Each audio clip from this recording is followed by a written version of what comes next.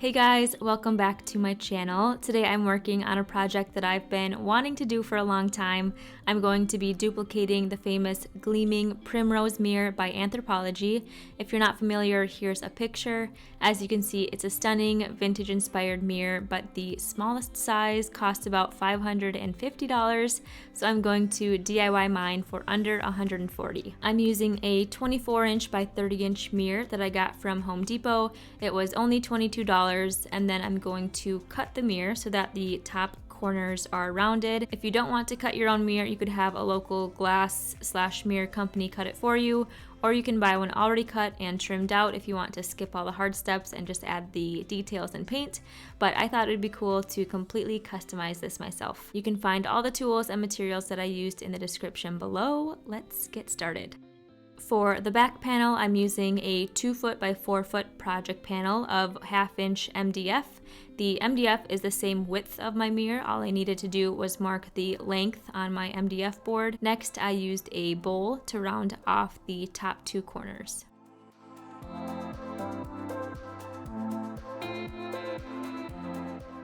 I used my jigsaw to cut out my mirror shape on the MDF.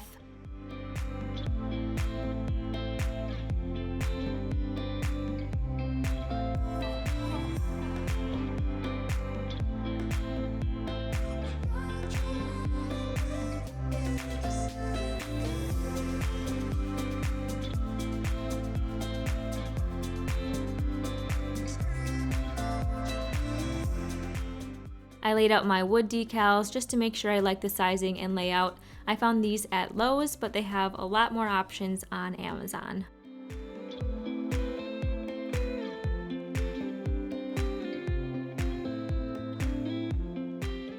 I set my MDF on top of my mirror and then used a Sharpie to trace the MDF onto the mirror.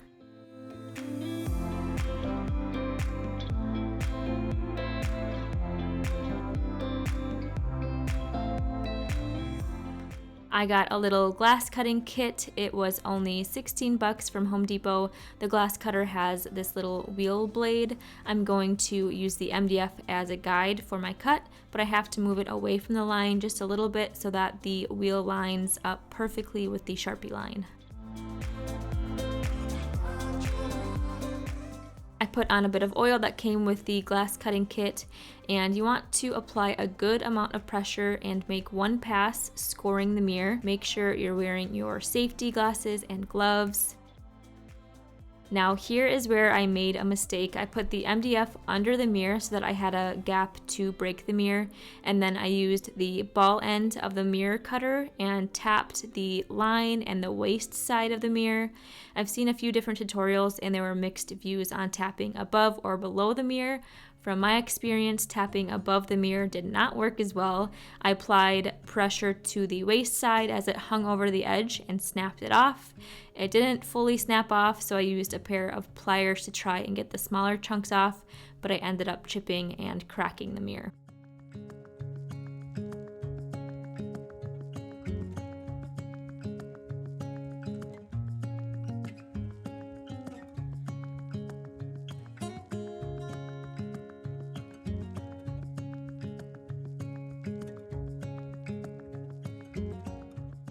I tried to do the same thing on the other side and the same thing happened. Lesson learned.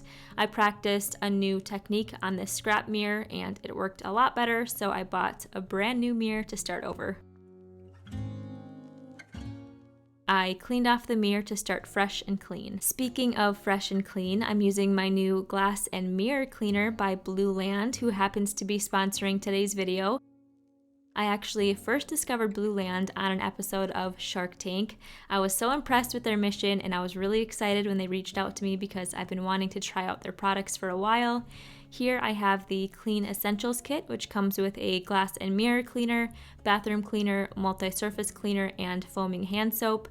These bottles are reusable and they each come with their own tablets, which all smell great. Blueland believes that you can have it all in your everyday products. Their products are effective, convenient, safe for use, affordable, and sourced from clean ingredients. Blueland is also EPA certified, which means EPA scientists have evaluated every ingredient in the product to make sure it meets Safer Choices stringent criteria. I filled the bottles with warm water. Now I'm going to drop the tablets in and let those dissolve before I put the spray nozzle back on. With Blueland, all you need to clean your house or hands is this little nickel-sized tablet. They're just $2 a tablet, which is an awesome deal. I have family coming over for Christmas, so I'm about to put these products to good use and clean the entire house. Instead of buying individual cleaning products or hand soap, if you get a kit, you already get a 20% savings. Plus, I have a code for you to save an extra 20% off. Click on the link below and you can get 20% off your first kit. Thanks again, Blueland. I am now obsessed with your cleaning products. Okay, let's try this again. I cleaned off the mirror, traced the MDF with Sharpie, set the MDF back a little bit,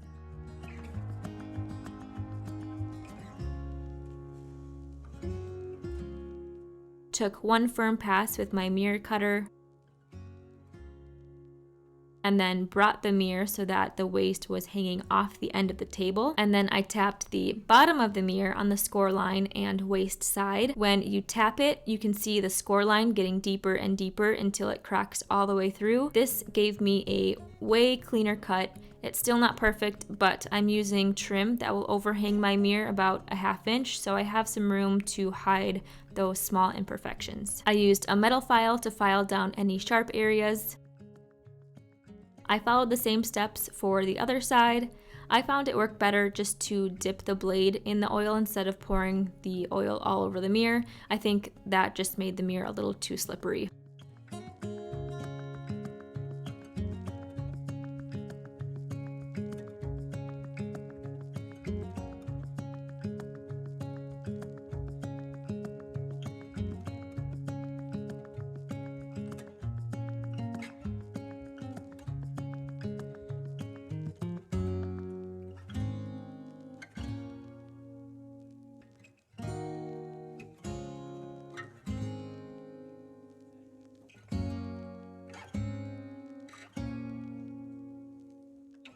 Now that the mirror is cut, I'm going to glue it to the MDF using some strong construction adhesive.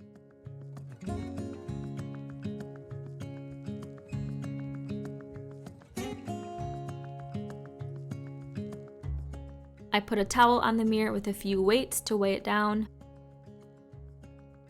Now it's time to trim out the mirror. I looked all over for some type of flexible trim for this project, and I found this perfect flexible PVC trim. The trim comes in 8-foot lengths, and I got 2 of them. You're definitely going to need a few pairs of hands for this step. I mitered the first corner at a 45-degree angle on my miter saw. You don't need to miter the corners, but this really gives a professional look. I had my husband help me bend the PVC around the mirror so I could mark the other end of the PVC. I cut an angle on the other end with my miter saw, added some construction adhesive, and then wrapped the trim around the mirror.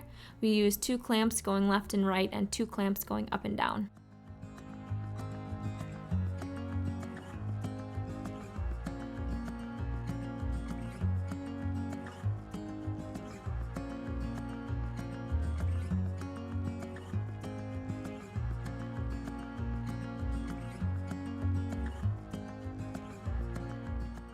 Then I measured for the bottom trim. I mitered both of those ends as well, applied some adhesive, and then clamped those in place.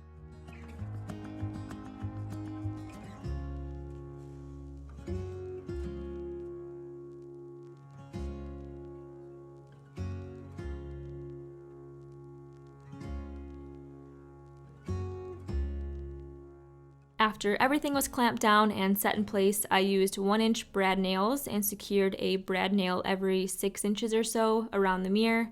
You really want to make sure your brad nail goes directly into the 1/2-inch MDF. You don't want to aim up at all and scratch or crack your mirror. Make sure to clean up and vacuum any small glass pieces.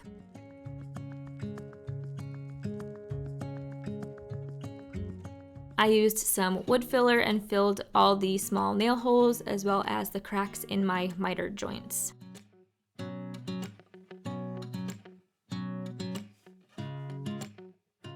I let the clamps sit overnight and took them off in the morning, then used my glass and mirror cleaner from Blueland to clean off the mirror really well.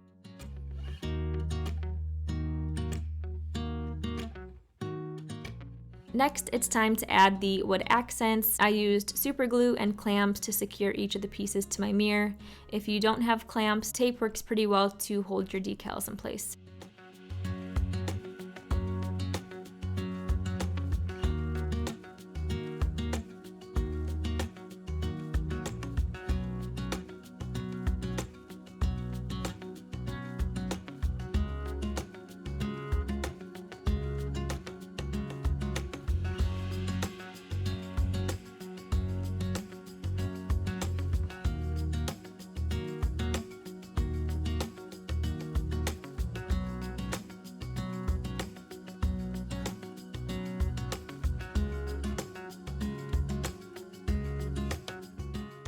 Now I'm going to add some rhinestones to the top of the mirror to give it that vintage look. This bag came with small, medium, and large rhinestones, and I used the medium size. I just used the super glue to secure each of the rhinestones.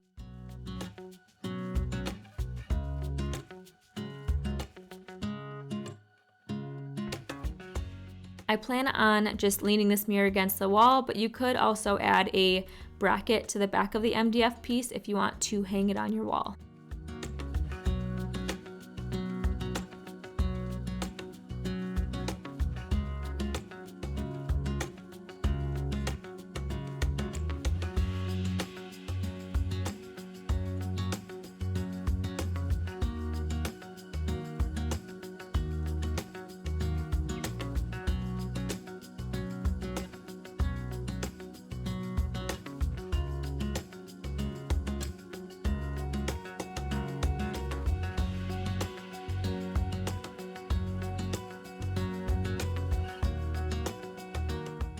The last step is paint. I taped off the entire mirror.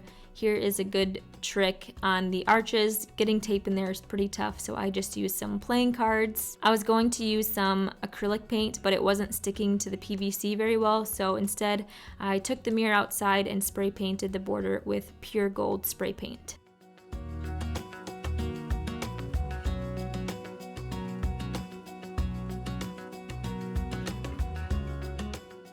And there you have it. You have a beautiful vintage inspired designer mirror for a portion of the cost. Thank you guys so much for watching. I will see you in the next video.